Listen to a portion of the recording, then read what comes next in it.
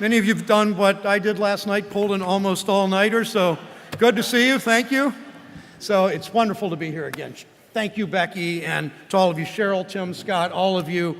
Thank you, and especially all of you as educators, as support staff, as activists, as fighters for union rights.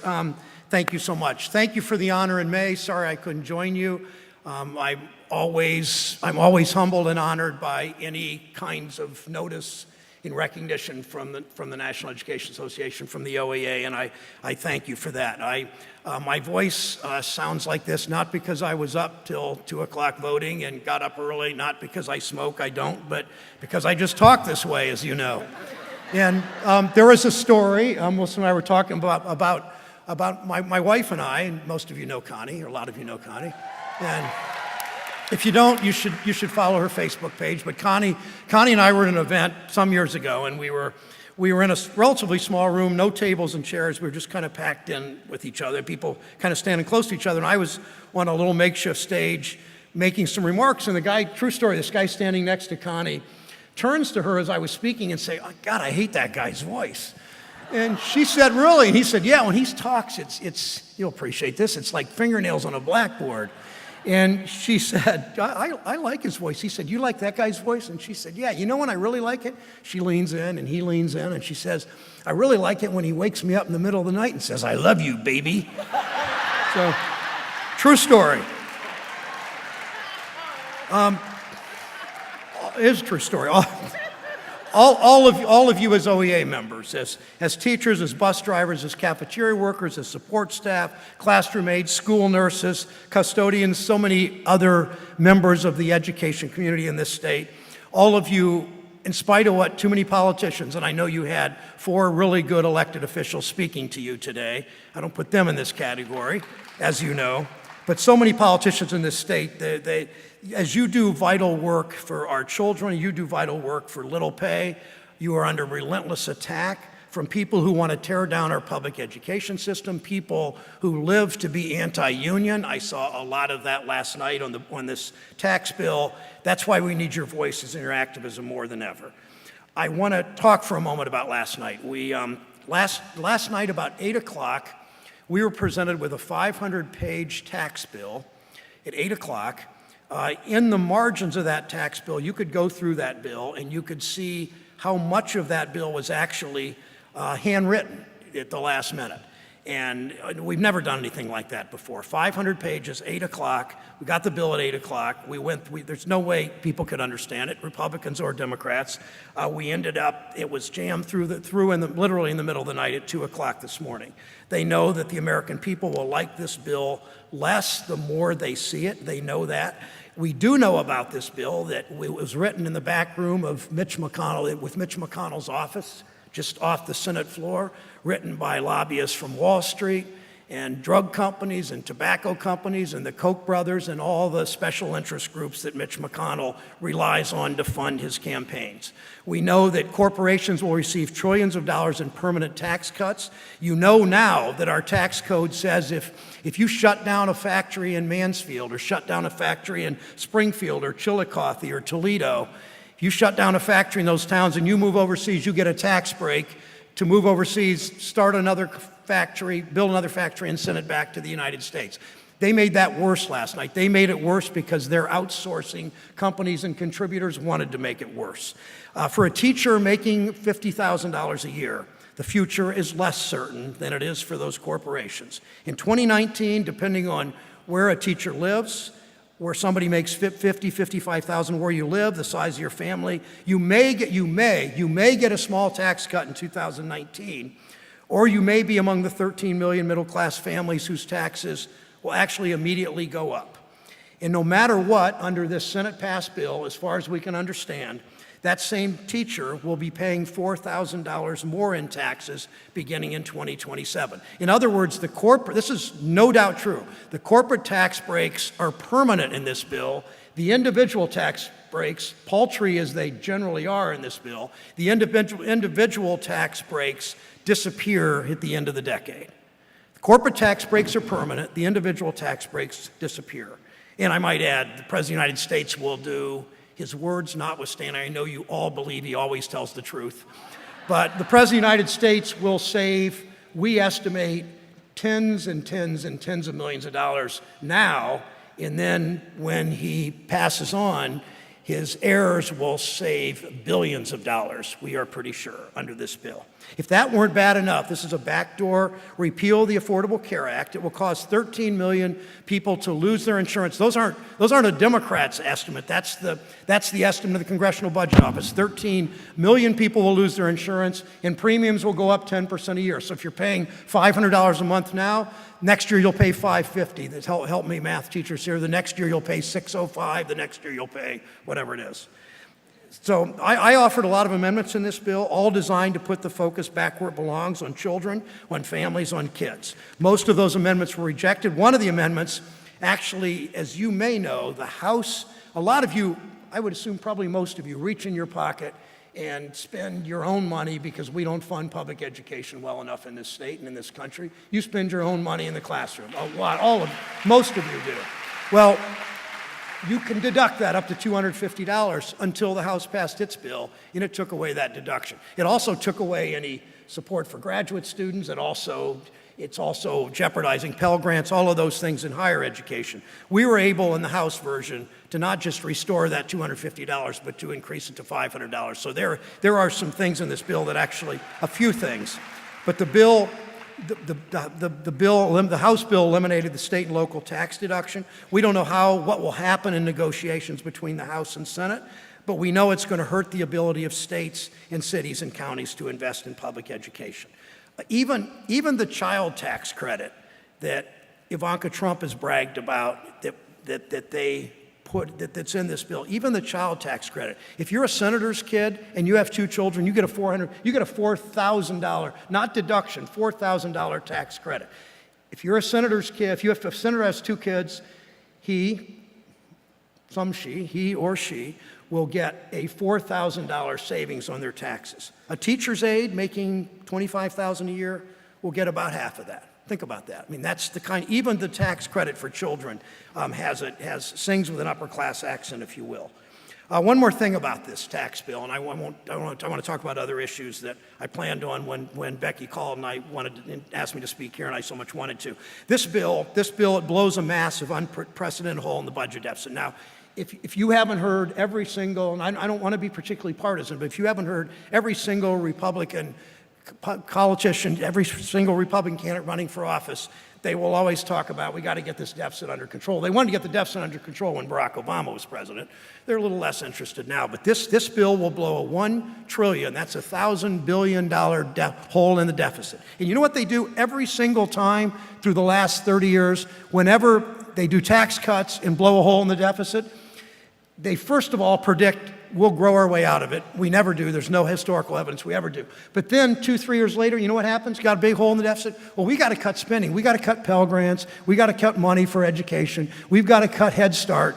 And maybe we just decide we're going to raise the eligibility age of Social Security. They're already talking about that. The ink isn't even dry on the Senate bill.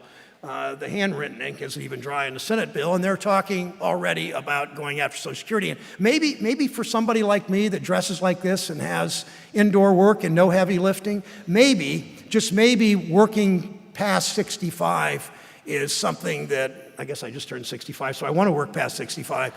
But for people, if you're a barber in Garfield Heights, if you're a construction worker in Newark, if you work manufacturing in Austintown, if you're in Xenia and you're a waitress, you're a server, should you have to work till you're 70?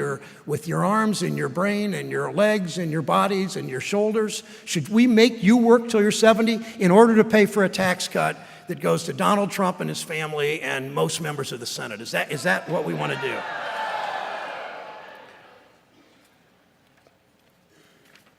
So, then they come after public education. You know, that's next. We have one more chance to stop this when the Senate reconciles its bill with the House.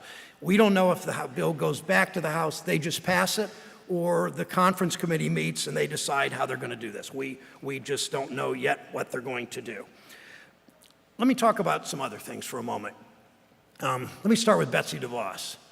Now she may be the worst member of the cabinet, but it's sort of an 8-way tie for first. But what you did, what the OEA did, and what the NEA did nationally, what you did as individual union activists, what you did as classroom teachers and aides and nurses and people who care about children, what you did last year was just a sight to behold. Senators' mailboxes were overflowing. Literally, you all shut down the Senate phone lines, literally. And it wasn't just that Senator Portman and I got lots of calls and emails from you. It was you got a lot of people, not just teachers in your building and counselors in your building and nurses in your buildings. It was you mobilized people who had never called an elected official before. Let me give you a number. I rarely talk about numbers of people and calls and all. During the Betsy DeVos hearing, we got 260 calls and emails in support of her. I'm not making this up, we got 36,000 calls and emails against her. I've talked to a lot of people that have had my job before or been around longer than I have, and they said they've never seen anything close to that kind of activism.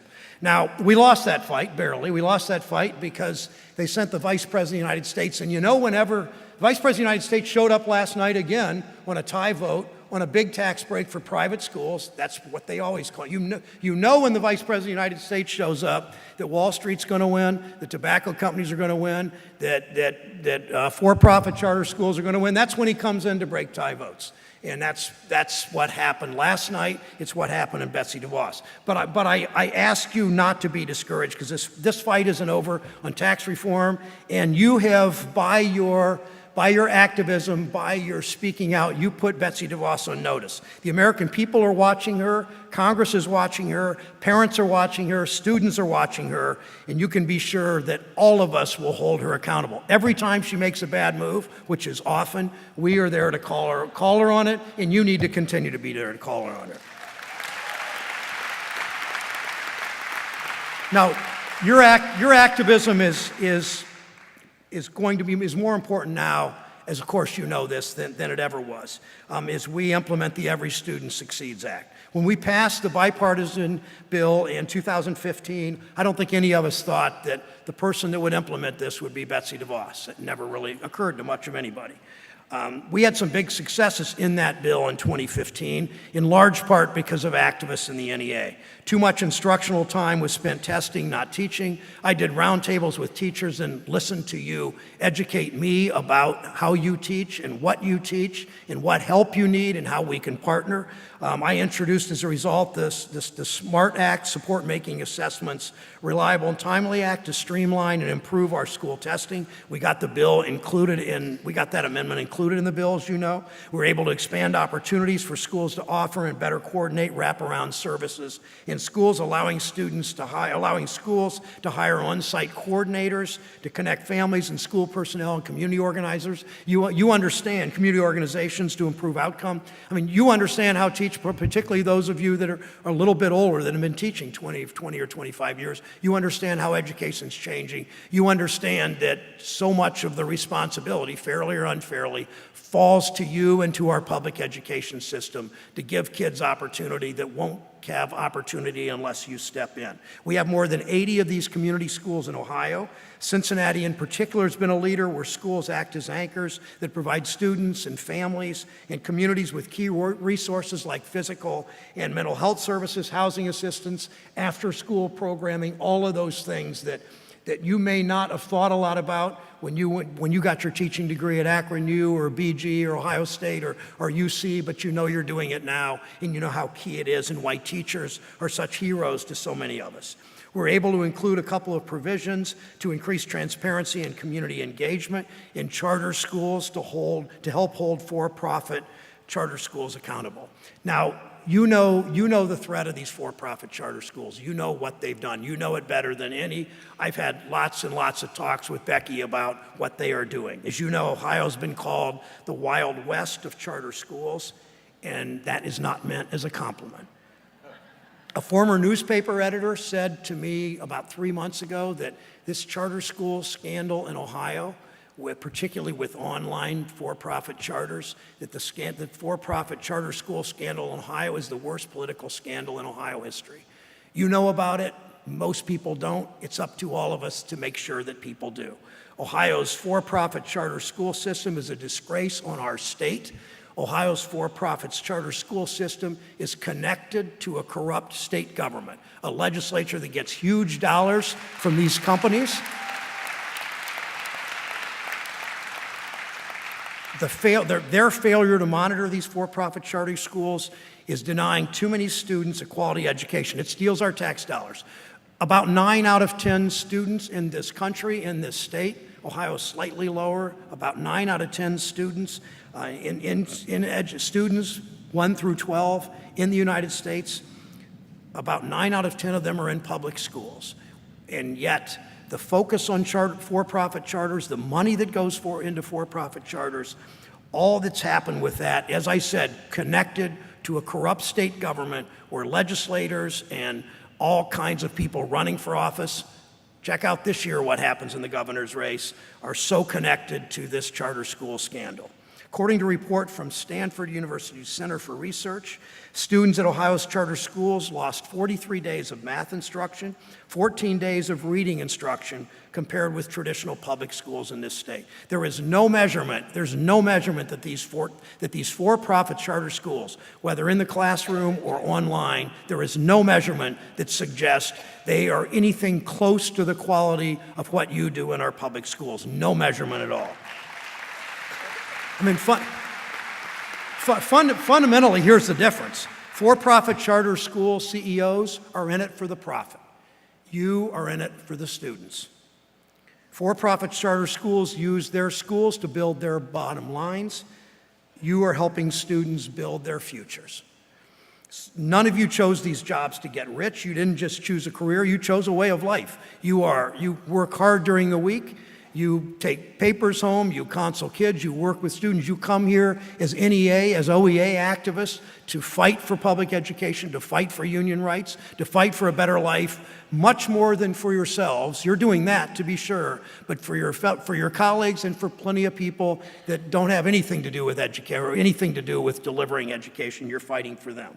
And we know finally that for-profit charter schools have stonewalled unionization efforts. Frankly, one of the reasons the right wing loves for-profit charter schools is because they do fight unionization efforts. You know what that means. It means pay is worse. It means worker rights are worse. It means you have less opportunity to agree. All of the kinds of things that belonging to a union provide for you.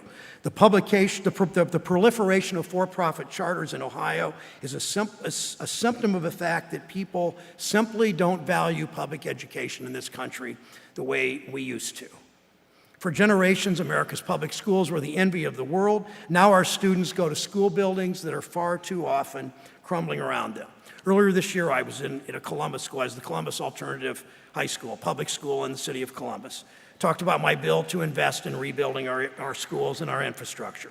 This building's 90 years old. It's never been renovated, just like more than half of all the public school buildings in Columbus, Ohio. And keep in mind, economically, Columbus is doing better than any other big city in the state. Yet half of Columbus's schools are in that situation. No central air, no central heat. Many of you in this audience have those same stories to tell about what's happened in your public school. Of course, investing in education is about more than the physical buildings. Obviously, we need to invest in you, the people who teach our kids, who drive them to school, who treat them when they're sick, who talk to them when they've been bullied. All of those functions are so important in today's country. We know your commitment so often extends far beyond the classroom. As I mentioned earlier, you dig in your pockets, you do what you need to do to make sure students have what they need. We need you to continue that fight. We need you to continue your activism. We need you in fighting on the tax reform bill. We need you to continue the fight in health care reform. That's why your work matters. It matters in the classroom. It matters out of the classroom. I will conclude with two brief stories I'd like to tell you about that have a lot to do with your efforts. 5 years ago, maybe, I was in Cincinnati at a Labor Federation meeting. There was a table in the front of the room, and maybe 300 people. There was a table in the front, middle-aged women, half white, half people of color, all women. And someone said that group of women just signed their first union contract. They were custodians. They negotiated and signed a union contract with the downtown Cincinnati building owners on behalf of 1,200 custodians in that community. So I sat, there's one chair there, I sat down, I started talking to him. I turned to a woman that was sitting next to me. I said, what's having a union mean to you? She said, think about this. She said, I'm 51 years old. This is the first time in my life I will have a paid 1-week vacation. Think about that. Because of the NEA, because you fight for workers' rights and you fight for public education, and because you organized many years ago, that's just sounds so far afield. She never had even a 1-week vacation. But think about how many people in this country, think about how many kids you teach whose parents don't have a 1-week vacation, that don't have any sick leave, that have to make a decision every time their child gets sick. Do I take off work and care for my child, or do I send her to school, potentially making other children sick, or the parent gets sick and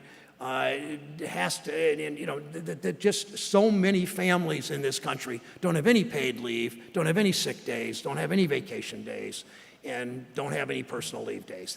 That's why this union is so important, but that's why your work to continue to expand those rights, unionization and other rights in changing the laws, are so important.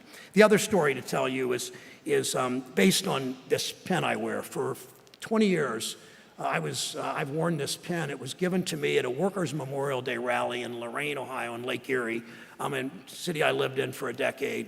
About in the mid-'90s, she gave me this pen. It's a depiction of a canary in a birdcage. And you know the labor history where the canary, the mine worker took the canary down in the mines. If the canary with very small lung capacity died from toxic gas or from lack of oxygen, the mine worker got out of the mines. He was on his own. He had no government that cared enough to protect him, and he had no union in those days strong enough to protect him. And think back, some of you are history teachers, all of you know this labor history. Think back 100 years. A child born in this country could expect to live, on the average, about 45 years.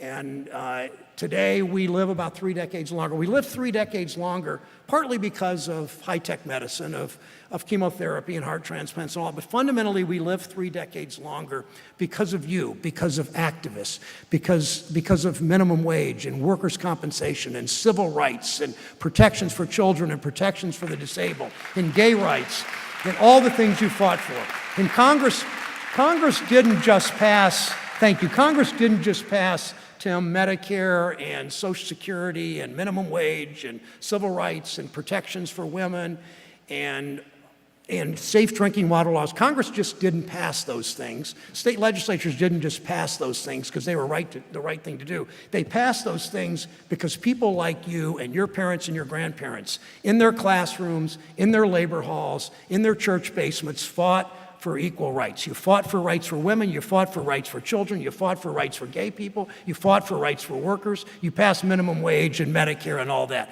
That's what these fights are about right now. Emerson once said that history is a battle between the innovators and the conservators. The conservators are those conservatives who just want to hold on to their privilege. They want tax cuts. They want to hold on to what they have. They don't want to share. Innovators are the progressives that care about the canary in the coal mine, progressives that fight for justice, that fight for kids, that fight for people you don't know, that fight for worker rights, that fight for a cleaner environment, that fight for people of color, that fight for people to move forward. And that's why your work's so important. We need to fight together to work to ensure that all Ohio children, no matter their zip code. My wife and I live in zip code 441 in Cleveland, Ohio. That zip code in 2007 had more foreclosures than any zip code in the United States of America. I see what it looks like about a quarter mile from my house. We live in a development of 200 homes that are newer. Most of the rest of that neighborhood has suffered because of Wall Street greed, suffered because of manufacturing job loss.